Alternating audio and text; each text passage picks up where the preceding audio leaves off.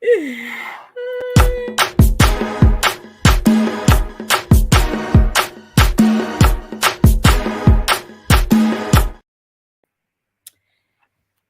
and good evening. Today is the 23rd of August, 2023. Welcome to Kiki's Chat Show. We're slap bang in the middle of August, where, in fact, from next week, we're walking into September. You don't feel it though. It has not been warm. It has been kind of murky. And now, for the past few days, it's slightly warm. And so today, like this, it was a summer's day. I was in the garden. Immediately, I've got a rash. And something's happening to my eye. It's as if, I've got hay fever. I shouldn't have hay fever at this time, but I do. So I'm uncomfortable. I couldn't even put makeup on properly. So, but those are human troubles. We have bigger issues to deal with today. And today, I've got a good guest. My guest, I always try to find good people, knowledgeable people, people who know what they're talking about. And today I am blessed again. I've got Cheryl Phoenix. Now, Cheryl Phoenix is going to tell us everything she knows. But before she does that, I'm going to tell you about Cheryl Phoenix. Cheryl Phoenix is a serial entrepreneur. She specializes in business development, marketing, and event management. Cheryl has been working in the business arena for over 20 years. She set up a company called the African Child Agenda? And that is two. She has two companies, but she set this African Child Agenda thing in Ghana. And Cheryl has actually built a school and she's working on it, but she's going to tell us all about it herself. Cheryl is an advocate. She knows the law. Cheryl goes into schools. She deals with our children. She helps our parents. Cheryl is the best person to talk about today's topic. Now, today's topic is our children's safety, and we need to talk about our children, especially as we're parents. Some listeners are even grandparents. Now, all of the parents and grandparents in the diaspora seem to have the same problem. I'll give you an example. I was talking, when I put this advert out, a few people kept calling me, and blah, blah, blah. And the main line was, you see, it's not even the children's safety, but for example, they don't respect. They have, you can't even take them to Africa because you're worried that they don't know our culture and therefore they're not going to behave properly. Our children think they're white and yet they're not white. Now, I don't want to say they're wrong, but my children are African. They were born and bred here, but mine are African. They're Black like me. I have to give them an identity. They need to know that they're from somewhere. They understand the language to a certain extent. I wish they understood it more. I'm not saying I'm a good parent. I'm just saying that it has always been at the forefront of my mind because I experience racism every day. I experience racism at work. I experience racism when I enter a shop. I enter a shop and look at me, a whole diva. I never underdress, even to buy petrol, because I know I'm Black and I don't want anyone to follow me. I don't want anyone to even think that I'm going to steal something in a shop. And yet the stupid shop guard or whatever they're called will look at me and look at my basket when white people are stealing. Now, I'm not going to be racist here. I'm just saying that it happens a lot. Now, I experience all of this. So I have to let my children know that they are somebody's where they come from. It just so happens that we find ourselves here.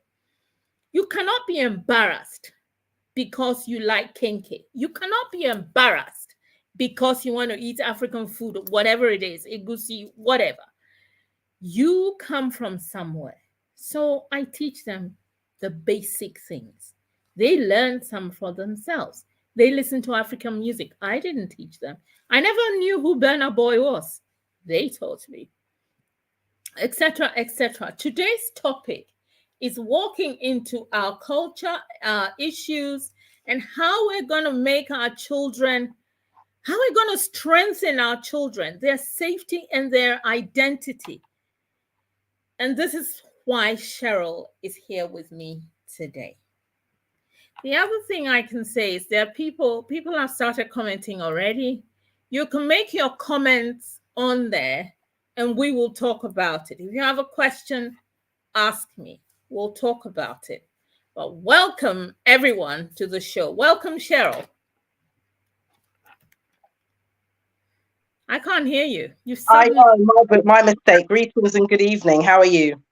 Very well, thank you. Now, Cheryl, do you want to tell to me a little bit about what you do and especially the Black Child Agenda and the other company as well?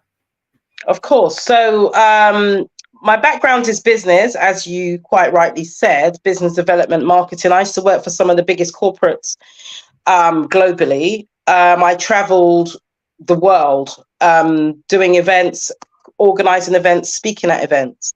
However, in 2005, my then, who's unfortunately now late husband, got very sick. He had sickle cell and a lot of complications due to hospital negligence. And he subsequently passed away. Now, this affected my sons. Obviously, our whole household was turned upside down. Now, with that, I also noticed that my sons were being put in isolation on a regular basis, et cetera, et cetera. So I then closed my company down and started pursuing, just so you know, I'm skipping a lot of phases here, but you'll get the gist. Started pursuing education law. I then was working for free for a lot of parents who found that their children were either being bullied at school, treated differently than their white and Asian counterparts, and, you know, whether it's Black African or African Caribbean, like myself, I'm African Caribbean, there was a big disparity in the way our children were treated and those children that we see on the streets, which is a lot of parents' concern. Now, what I noted, even from just not even knowing that much at the time, was that a Black child is 168 times more likely to be permanently excluded from school, i.e. kicked out. That actually quadruples if that child has additional needs, special educational needs, autism, ADHD, whatever it may be. So I started the Black Child Agenda, tackling the schools to prison pipeline, because there is a clear and direct relationship between children that have been bullied or kicked out of school permanently and those in the prison system. A lot of young people are in the prison system that haven't actually committed a crime through what they used to call joint enterprise. So my journey with that has been an eye-opener into the system. I taught myself education law, and I deliberately didn't go or join the bar. The reason why I did that is that means I'd be restricted in what I could do, what I could say, how I could say it. And I'm a person that is quite unapologetic in my stance, what I say, how I say it. And I didn't want anyone telling me I had to follow this guideline or that guideline. All I do is use the law to defend Black children in the UK. Now, what I will also say, when you talk about culture, one of the things I do find is that you've got children from the Caribbean who've been here for God knows how long. You've got your Windrush generation, for example, who are still being treated as though they have no feelings. You know, you have people that have fought in both wars for the UK and sleeping on somebody's floor. You know, these are people that are 70, 80 years old. And then you have their children. That's people like my mum and dad who also came here, and then myself as second generation. And what I feel when we speak about culture, one of our biggest mistakes as a community was assimilation. Because what we see is a people who have been colonized or enslaved for a very long time, hundreds of years, where our culture was beaten, whipped, or dragged out of us. Our language, in the case of myself as a Caribbean, beaten, whipped, and dragged out of us. And it's literally down to the freedom fighters that are from, my family's from Jamaica and Montserrat, that I can sit here and speak to you today. Those that, you know, slit the throats of the slave master, burnt down the houses of the slave master, and did what they had to do to survive. Because if we think of what happened to them and their families, you know, it was 20 billion times worse than what I've just described as a one-off or several incidences. So I don't feel any way in saying that. So people need to really understand the picture. So when we've come here, one of the main things that we were told was this was the mother country. Come to the motherland. You know, the streets are paved with gold. You know, you'll be one of us. When we got here, it was quite different. No blacks, no dogs, no Irish. You can't get a job. You'll be spat on. You'll be chased down by BNP. You know, and no matter how much we tried, or how much my grandparents and parents tried to fit in, to not be seen, their beautiful black melanin made them stand out.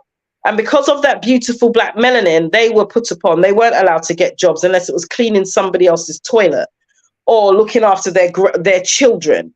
They trusted us with looking after and feeding their children, but not with having a real job that we could pay bills or actually being able to live somewhere. Now, roll on to the present day, or even in the last 10 years, when I look at the African community that, you know, were coming in the 70s, 80s, 90s en masse, because I know they've always been here. We were the first ones here anyway, but that's a whole history lesson for another day.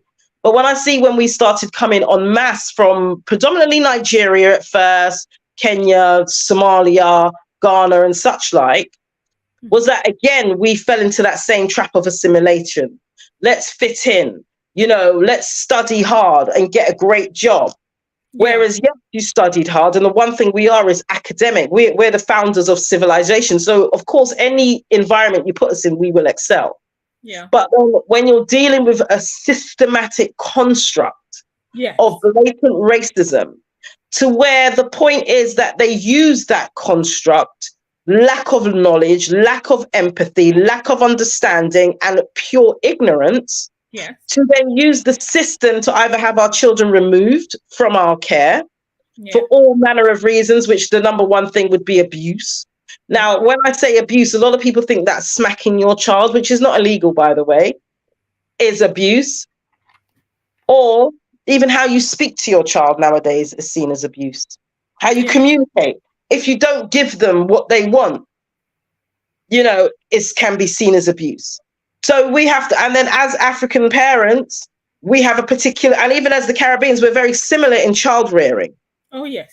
In the discipline in the home, the respect in the home, not looking elders directly in their eyes.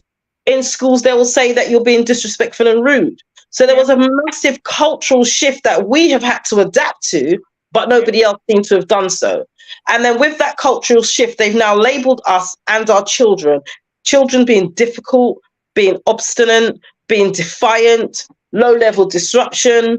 And what I find is that a lot of the labels that they tend to use against us starts in the school system. So which is why I focus so heavily on schools, because our children spend 30, 35 hours a week in an environment where they're not particularly liked, where they are treated differently, where their grades have been marked down a lot of the time. And this goes on every day. And there's reports to substantiate what I'm saying. I would like to say claims, but they're not claims, they're facts.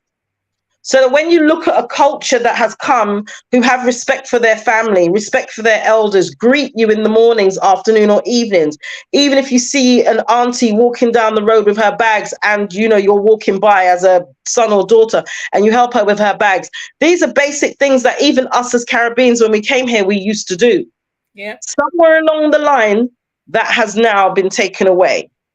And we've got these telephone lines that our children can call because they feel oppressed, because they feel that their parents don't understand them.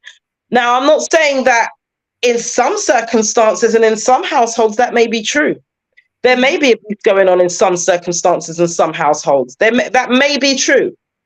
But as a people that we are, that got ourselves into trouble with these people in the first place, The one thing I do know is that we're very loving, we're very kind, we're very welcoming, we're very understanding. And if we're all eating, and even if you're a guest, you're eating too. We will split that rice, we will split that jollof, we will split that fufu, whatever it may be, to make sure everybody that is around the table can eat and no one will be left out. Like I said, our nature has got us into trouble because we see what happened to us because of how we are so loving and caring. When it comes to our children losing their identity and what has happened that I've seen when I was at school, which was not that long ago, being 21, of course, a lot of African parents used to send their children back to, again, predominantly at the time was Nigeria, Ghana, Gambia, wherever it was. By the time they hit 14, bye-bye, they're on a plane until they come back when it's time to go to university. So they have that discipline. They had that structure. They had that love. They had that family. Whereas here, the people that are here don't have no control over their children in the first place. To then be telling us as people from a culture how we should raise our children. Make it make sense. So then you've got people that have none telling us how to raise kings and queens. You that come from caves. The thing is, you've made a point there, and I kind of think that it's a power game. You see, from what I see and from what I understand is, they have created a power. It was Great Britain, it was the Western world, it was first world country. They have always been the prefect, the controller, the one who's telling us what to do at all times. And the situation now, I think it's happening in our lifetime where we are growing and becoming aware of many things that is not, I don't know what word, I'm trying to find a very polite word to say that it is untrue. You see, the thing is, they are creating a homogeneous culture for white people. And so they can close ranks on you. It's the same. If you're working somewhere, management, they can close ranks on the Black person or the lower paid person, or because they have those nodding looks and those understanding management speak and behaviors and things. So even if you're middle management, you always have a boss, and the bosses can create a situation where it becomes untenable. Now, with their homogeneous culture, I'll tell you that years ago, the Italians were not seen as white. They were not part of them. The Spanish were not seen as white. The Polish, and all of those Eastern Bloc countries. It's only recently that they are all seeming to be a group of people. They all have their cultures, though. They all do their thing. They all have their Catholicism and their churches and their steeples and, and their behaviors, etc., their languages. They're all different people. I mean, there was a time in this country where the Southerners did not respect the Northern side. But they are always looking for someone to look down on or to create that thing of you're not up to par. So while they're closing ranks on themselves on the issue of color, our color is obvious and is seen. And unfortunately, our children. And you see, when you start creating that situation where, and this is me trying to find the correct words to use so that it doesn't seem antagonistic, where you are slowly using, you are undermining the child. You are slow, and the child is growing. They don't understand what is going on. By the time they become disenfranchised. They feel they can't do it. They're not capable. And then they come home, and then the parent is also at 6s and 7s, because suddenly it's your child, but you have no control over the child. The school seems to have control over the child. The school is telling you how useless your child is unless he can. This is Black children, unless they can play football. In fact, the whole situation I find, and this is a kind of a question to you, but it's my view, and you can tell me if it's wrong.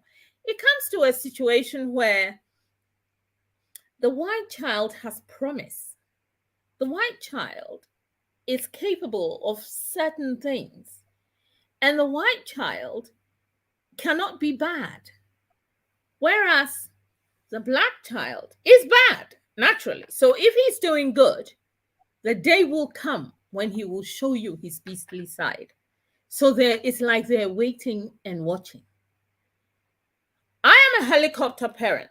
And so I am there in the schools with them all over the place. I'm arguing, I'm talking. But not everyone can do that. Some people are busy working and they can't so suddenly the teacher is telling you that that child is useless. What do you then do? There's the question. What do you do? All right. So you said several things there, which is it leads into everything. We have to remember that racism is a construct by Britain, whether it be in America, Australia, where they near enough wiped out the indigenous, Tasmania, where they practically wiped out everybody, slaughtered a lot of them, whether it be in the Maroons in Jamaica, where they attempted that, but they got a good fight, whether it be in Ghana, where they burnt down the entire Ashanti kingdom. Everything is about power. Now, what we have to understand is that racism didn't just start. What they realized is that as white people, where they weren't just a homogenous set of people, but people were generally just getting on with life, there wasn't an issue. What they created was racism because they found that it was about wealth and those that didn't have, and the poor. And when they realized that the poor were actually kicking up a fuss saying, well, hold on a minute, how come you have so much control? How come you have so much money? How come? They then created racism, the racism Black, brown, white, and other. And then with that, then you're able to divide and conquer everybody that is poor or not as rich, because these guys are wealthy. They're not rich, they're wealthy. They've got generational wealth off of the backs of colonization and slavery. So when you look at wealth and why we call this the first world, is because if you look at Britain, have you not noticed that Britain is the only country in the world that doesn't have an Independence Day? Because almost every country on the planet has been colonized by them, brutalized by them, enslaved by them, murdered, whatever it may be. And this is not me just saying it. It is just a fact. The history books teach our children this every day. They don't. And they call it the Great British Empire. Oh no, but it's how they teach them. They don't say the details they make it out. Look what happened with Shaka Zulu. These people with spears came to attack us. Hold on a minute. First of all, why are you in Africa? And then when they got beaten by Shaka Zulu and his army, they came back with bombs and guns, and that's how they managed to win. But these guys still fought back. A lot of people, if you speak to them on the road who don't study their history, they will tell you, oh, well, the Africans sold their own people. And it's like, well, anyway, that's a whole nother discussion for a whole other day. Let's keep to the present day. So when you look at that and you look at how that construct came about, it's another thing. So also, when you also look at the system around our children, telling our children they're no good, marking down our children's work, this is a system. Remember how the system was built. The system was never built for us. The UK system has never been built for us. So why would we expect anything positive to come out of it? Because we spend a lifetime fighting a system that is not built for us. But when you look at Africa, Africa is a sovereign system. The UK and the West are systems based on debt. They have no money, they have no resources, but yet Britain has one of the largest gold mines, gold reserves in the world. How? When you don't produce gold, you have gold nowhere here. And France. So when our children now, exactly. So when our children now are told, Remember, like I said earlier, you have all these telephone numbers. I don't want to name the company because I don't want to give them any credibility. But you have all of these telephone numbers that children can call. Right now, the system is raising our children. You push mums out to work. You push dad out to work. You extend school hours. You know, you make it earlier. Your children can be in school from 7:30 in the morning. They can leave school at 6 o'clock at night. Who's raising our children then? That means that, and then right now you have a system where our children are taught to hate themselves in school. They're taught that white is better. The whiter your skin, the purer you are. The blonder your hair, the beautiful you are. The standard of beauty is a white woman with a straight nose and blue eyes, when actually that look is recessive. The standard of beauty is that beautiful broad nose, is that thick hair that stands up like an antenna to the sun, is the skin that absorbs sun and gives us our rich melanin, is the food that comes out of the soil, not the food that comes off a conveyor belt that was grown in a lab.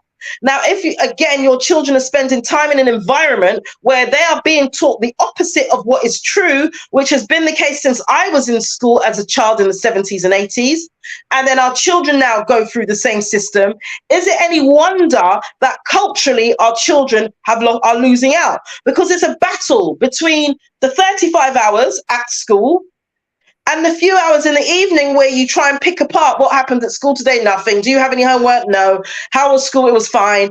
And that's probably about as far as it goes. But then when you really find out, little Kwame has spent his entire day in isolation in a room, no more than a 2x2 by himself, hasn't eaten lunch, is ripping out his hair and is incontinent. Why? Because he's being bullied by a teacher. Why? Because he's being called the N-word and a monkey on a daily basis. Unless we learn how to dissect what our children are saying and the languages they're using, that's not just through speech, but also through their actions, we're going to continually find ourselves in a cycle of trying to play catch up to a system that has been designed to fail us.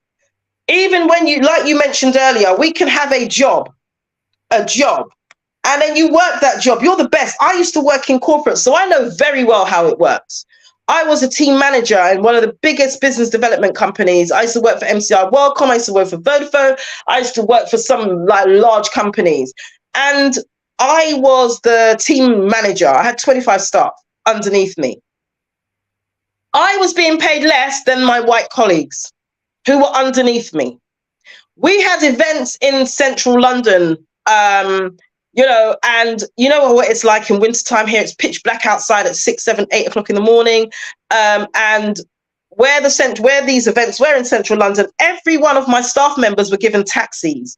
I was the only one that had to get up out of my bed at 5 a.m., walk down the road in the dark to the train station because there was nowhere to park in those days.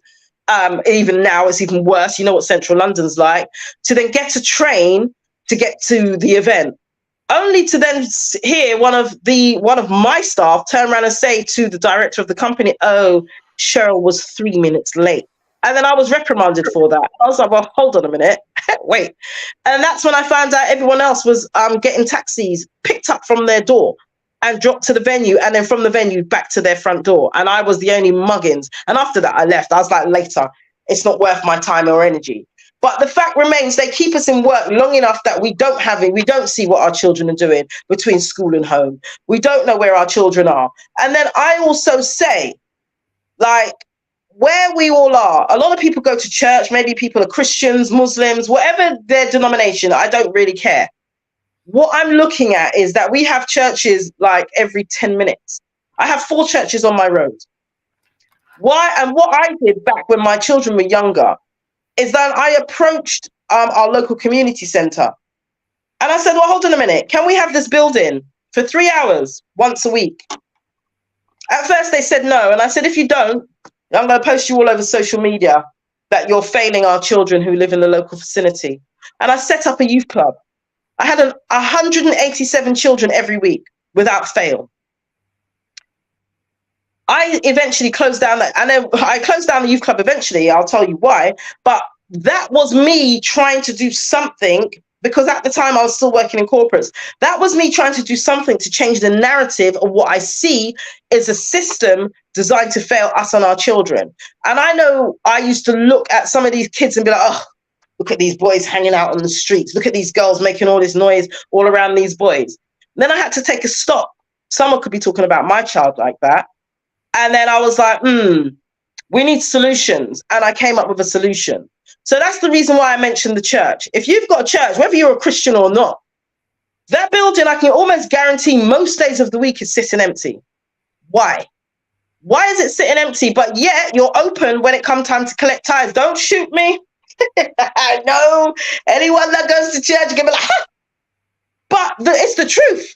If we as a people are not going to collectively come together to rebuild our community, we may not be on our own soil, but we within ourselves can create communities for our children. So we know when they've left school at whatever time, 3 o'clock, by 3:30, 3:45, they'll be at blah, blah, with blah, blah, who you know as an auntie, who you know is going to teach them about their culture and their history and their traditions. Because sometimes as parents, being in the West, we simply, the time is not there. Everybody's working every hour God sends. But then if you were to pay £25 a week, £10 a week, whatever it may be, between 100 parents, you can do a lot. Yes, I think one of the issues is also funding, because the minute you bring up something like that, separate from maybe parents paying the 10, 15 pounds or whatever, the church will say, well, it's funding, we will not get funding for the children. And at the moment, there is no funding for anything really when it comes to young people or children in the community. They would rather they were outside so that the police will arrest them, and then they'll take them to prison, and then and now they want to make the prisons private. So that's prisons are already private. They became private in 2011, or the bid went out in 2011. Most prisons in the UK are private now, from quite a while ago, from the 2000s and something. But do you know what I will say? Do you know what? Yeah. Churches are charities. Okay. Churches get funding. Yeah. So do, and even without funding, I did my youth club. I ran that for 2 years with not one penny of funding. I charged parents. I got the building for nothing. There's no way a church can tell me that for 3 hours you cannot give back to the community that you claim that you serve.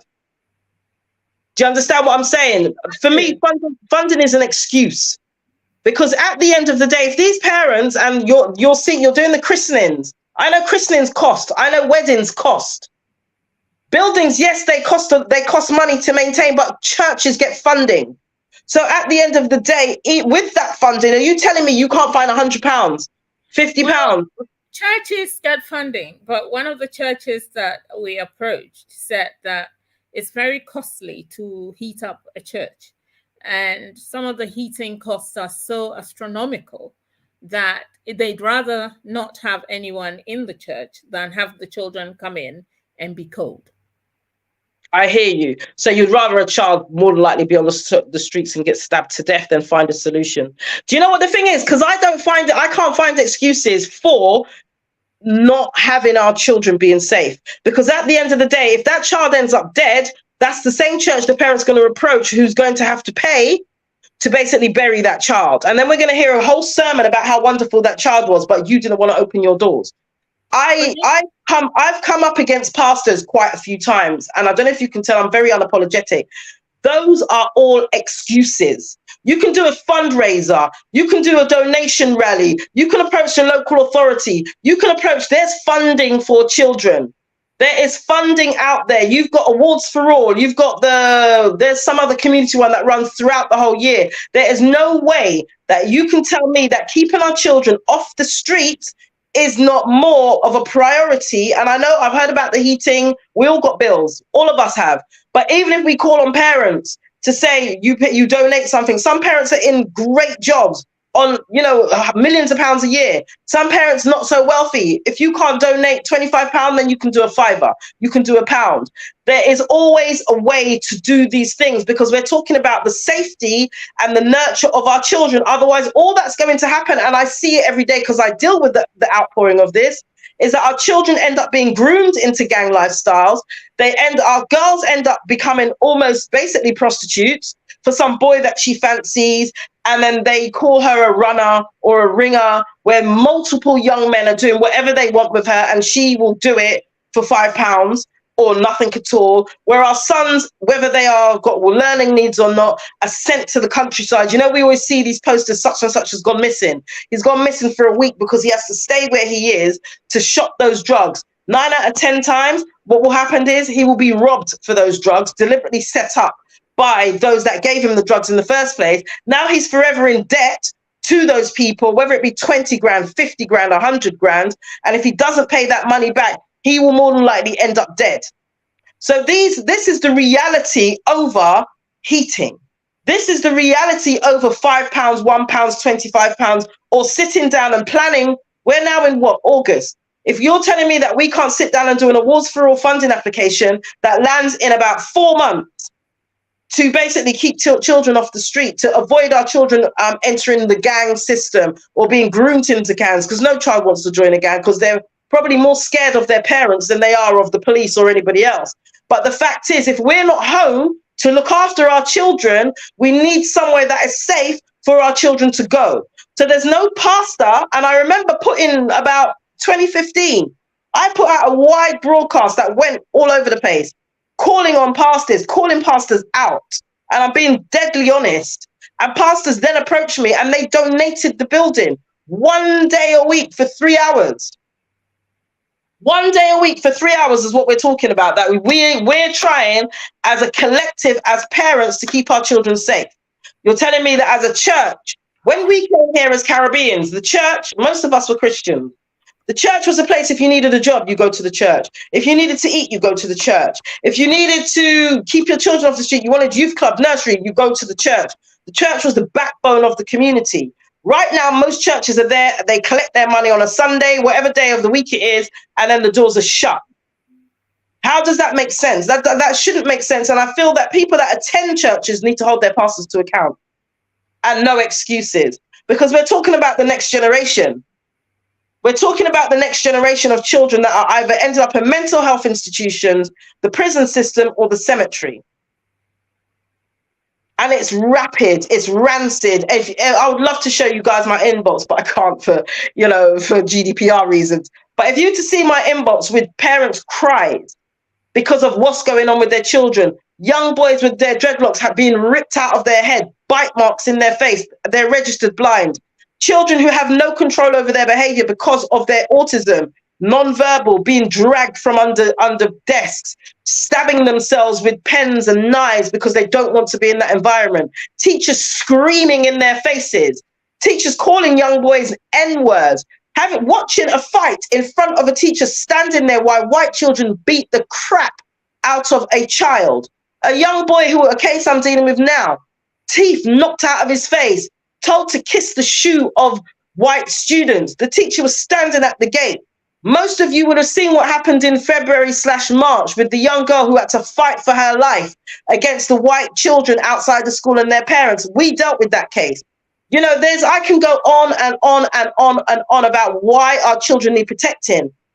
But if people are going to come, but there's too many excuses as to why we're not actively doing something to protect our children. I think the situation is two-pronged. You see, there are some parents who, like the way you described it from the beginning, from the get-go, you said that they came from, they came from the Caribbean, for example. Let's stay with that. And they were here, they worked hard, they were good law-abiding citizens, and they would like their children to be law-abiding citizens as well. I think their children are now middle class or seemingly middle class, and they were well behaved. Now, their children feel they have rights. They know the way. This is their country. They were born here. So whenever they're being treated negatively, or they're being reminded that they're Black, or they're being called monkeys or nigger or whatever, it then makes them think, I'm going to fight my way. And this is where the problem starts. Now, the parents don't understand that they took the knocks. And so why don't you? that's sort of, there is a disconnect somewhere where the parents don't understand why the situation is happening, but they themselves, you're not there. You do not know. And you cannot continually be believing the teacher who is excluding the child. Look, I'll tell you one thing though, while I'm saying this to you, while we're having this chat, grown-ups are being excluded from work. A woman, for example, she has heart problems, this problem, health problems. And so she's got since COVID, she was working from home. And so she asked to continue working from home because of all of these, little issues that she had. She was immediately put on sick leave, not by her doctor, not by occupational health, who both thought that she should, work from home, by her company, the company that she worked for. They put her on sick leave, and then it became a whole issue. They're waiting for a consultant, this and that. So what does she do from there? What happens there? So grown-ups are being excluded. Children are being excluded. And it's all because they're Black, because the white people don't get this kind of treatment. And there are white people who are working from home for whatever reason, But for someone who actually went to work on a Monday and had a cardiac arrest that evening, and so had, they know that she had the cardiac arrest. It's there in her records. Her doctor says, let her work from home. Occupational health say, let her work from home. Management say, no. Stay at home then, if you want to work from home. Oh, my guest has vanished, but she'll be back. Oh, she's back. So, these issues are there. And, you go, come, go, come, go, come. It's all a go, come, go, come. This, your word against theirs, line managers lying, things happening. And it's the same with the children. And if it's happening to grown-ups, can you imagine how powerless the parents are because they've put their children in the care of these people? And it's also the come, go, go, come, go, go, come. What do? You take them out. That's all you can do. You find a way to work around it with your children, with work. You take them out. I'm a big advocate for home education, and a lot of people think home education is taking your child out of school and sitting them down behind a desk all day, when that is not home education at all. For your child's mental health and well-being, right now I have a whole year group 9 who are in counselling, who are self-harming. And when I say self-harming, I mean arms slashed with razor blades, legs slashed with razor blades. This is the reality of our children right now. So what do we do? As a parent, as a mother, as a father, you send your child every day into an environment to be abused, because that's what's happening. Every single day, September's next week. My birthday on Saturday, by the way, next week. The following week, parents have bought the school uniform. Thank you. Parents have already bought the school uniform. Can't wait for them because the children have been driving them crazy throughout the summer holidays. They've been eating them out of house and home. They want money every day to go and do one thing or another, or they're going to youth club or whatever it may be. But that Monday morning or Tuesday or whatever day it is, parents are going to send their children back into an environment to be abused. And that is the stark reality. And unless we as parents do something different, then it will continue, because at the end of the day, we're voluntarily sending our children in there every day to be abused. We know that our children are being bullied. We know that even if they tell the teacher will lie on behalf of the white child. We know that our children's hair is being ripped out of their head. They're called the N-word, monkey. We know that their work is being marked down. We know that all of these things are happening. But yet, every single day, we shout their face with cocoa butter. I will clap their hair pretty, and we send them back. So what can the child do? They're completely defenseless. But the thing is, what I always find, which is why the cases end up coming to me a lot of the time, is that as soon as your son or daughter decide to hit back and defend themselves, whoa, Yes. they're violent, they're aggressive, they're a threat to the school environment, they're out of control, they're blah, blah, blah, blah, blah, blah, blah. Typical aggressive black man, typical, and the way how the adultification of the black child is a real thing. Yes. Our children's beautiful hair. You can't come to school like that until your hair is neat. Who are you talking to? But your daughter who has her, you spent time going to the hairdressers to have their hair cane rolled and make it look pretty. But yet Bethany down the road is able to go to school with blue cane rows in her hair when it's not her culture, but it's okay though. But your daughter can't wear her hair in its natural state. She can't have her hair plait how it should be to keep it neat, because we know how every Sunday, I remember the days, every Sunday the comb comes out, the hair dryer, not even the hair dryer, used to be the towel to knot up your hair so that your mum can rip the comb through it. Oh, what was it? Sulfur 8. Oh, stuff. Oh, we had Dax. The blue. We had the blue Dax. Yes. Oh, we had disgusting. Blue Dax. And then we had sulfur 8 as well. Yeah. When you had, especially if you have itchy, because your hair would get dry because it's cold. We're here to suffer. Even our hair is crying. But yet we go back. We send them back, hoping for the best. I have clients that come to me and say, oh, my child's been bullied for the last 5 years. I'm like, 5 years? You've allowed your child to be beaten up? When I can't lie, I have 3 sons. When my sons were being bullied, my youngest, my eldest, say? Sometimes my oldest son, children are afraid to tell their parents. I agree. There's a delay. In my day, if we came home and said that we had been beaten up by anybody, the rule was, if you come home, tell me, say someone beat you, I'm going to beat you on top of it. That's what we were told as children. So we had to go. We went in fighting. Because it's like, we can't allow. We were more scared of our parents than we were of the teachers. It's like, no, there's nothing you can say to me. No one's hitting me. But nowadays it is, we've got an anti-bullying policy. I can tell all parents now. Well, so a listener has said, yeah. I can quickly tell. A listener has said that even black teachers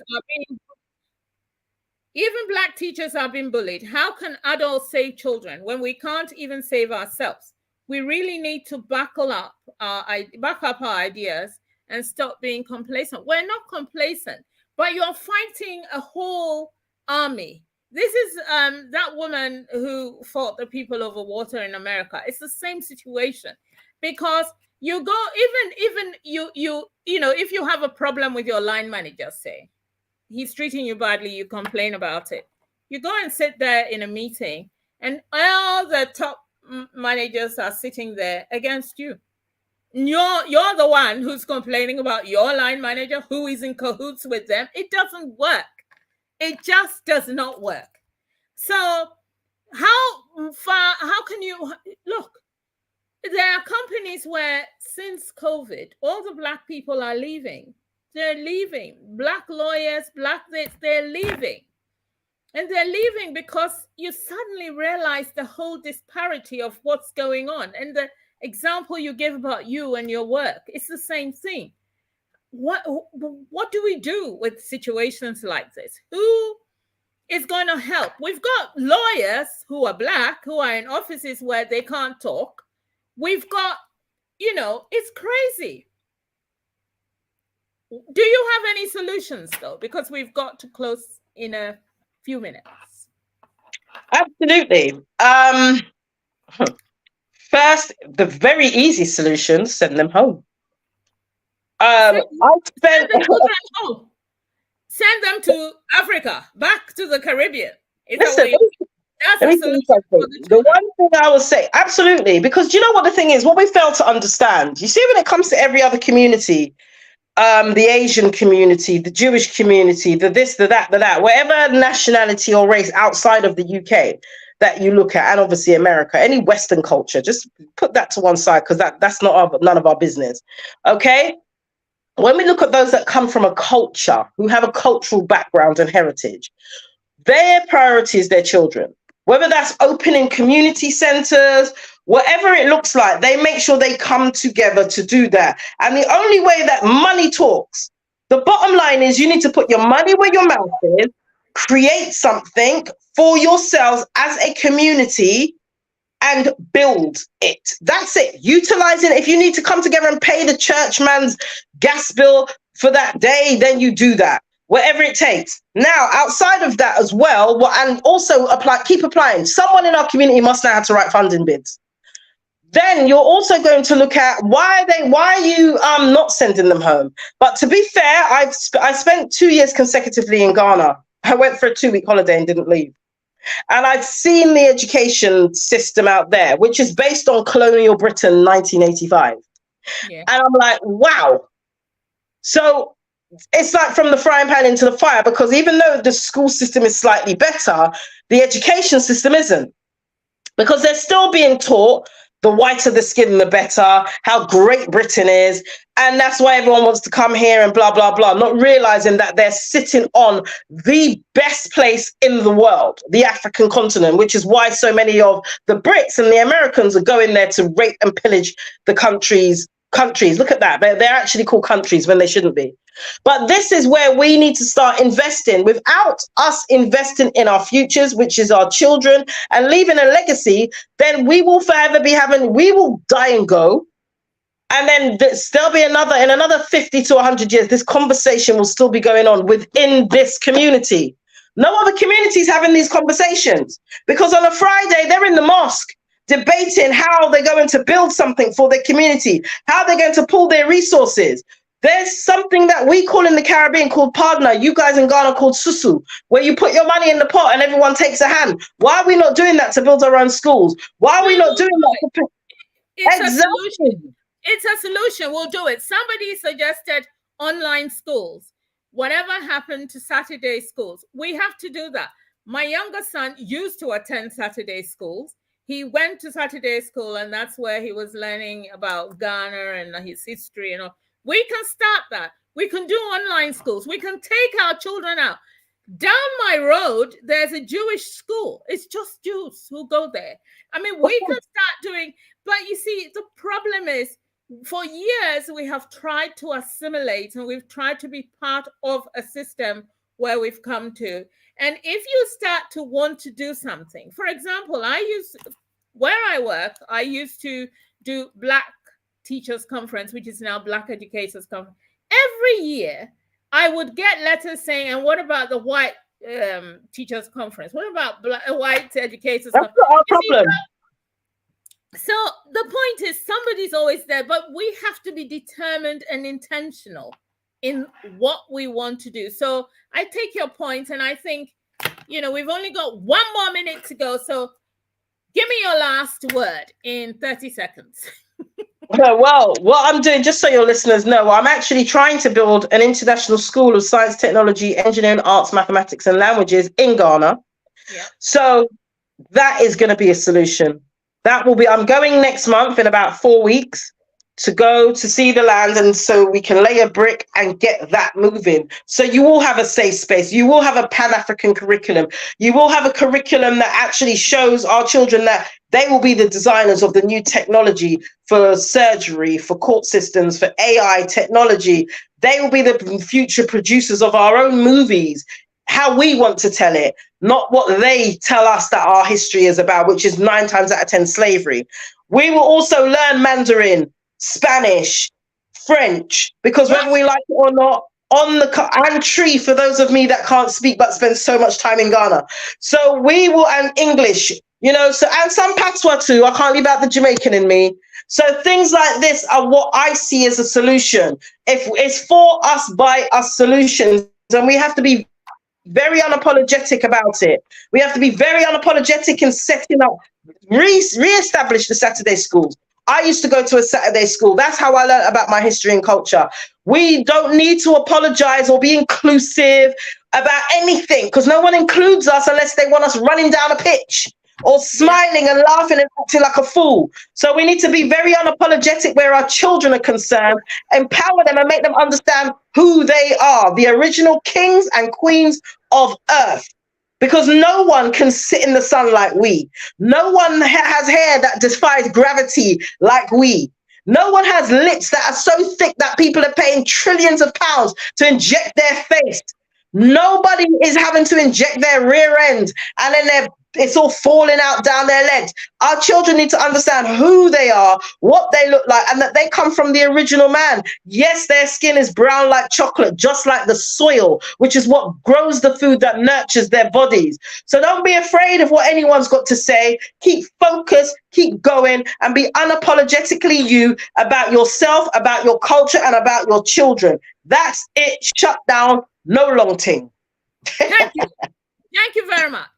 Thank you so much, listeners, for joining in. Thank you, Cheryl. I really enjoyed the show. People, we've learned a lot. I've learned a lot.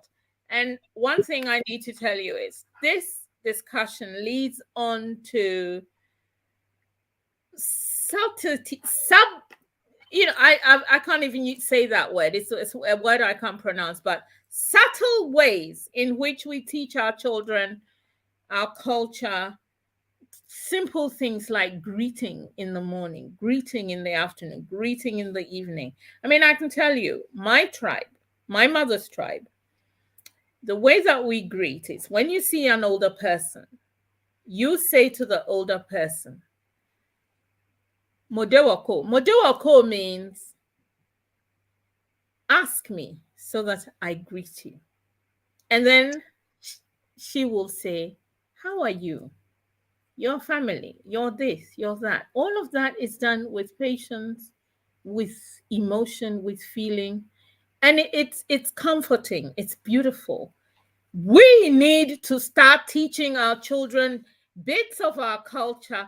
And you see, one of the things also which you've said, which is very important, is that the minute you understand who you are, half the job is done. You are a king, you are a queen, you come from somewhere powerful. Thank you so much for coming. You have illuminated my heart. And I'm sure anyone who watched this, at whichever point, has learned something from you. Thank you so much for coming on my show. I am honored. Thank you for having me. Thank you. People, this is the end of it. Bye-bye. Be well. We shall come back next week and talk more about greeting. Just common greeting. We'll talk about it next week. Thank you. Bye.